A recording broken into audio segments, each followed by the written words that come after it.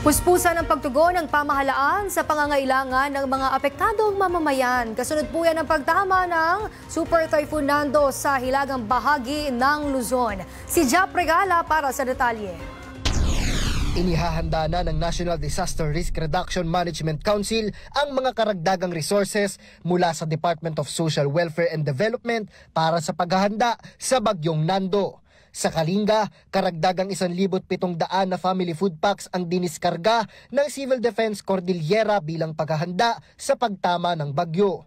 Patuloy rin ang paghahatid ng relief goods sa mga pamilyang apektado ng bagyo sa Palanan, Isabela, gayon din sa mga pamilyang nasa evacuation center. Sunod-sunod ang paghahatid ng tulong sa mga apektadong komunidad sa Cagayan Valley. Ginamit ang Family Assistance Card Emergencies and Disaster Office para sa mabilisang profiling ng mga miyembro nito. Matapos ang profiling, agarang ipinamahagi ang mga family food packs para magamit ng mga apektadong pamilya.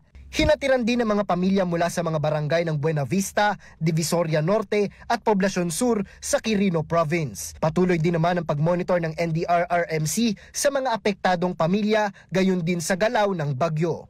Para sa totoong balita sa Bagong Pilipinas, Jap Regala, Congress News.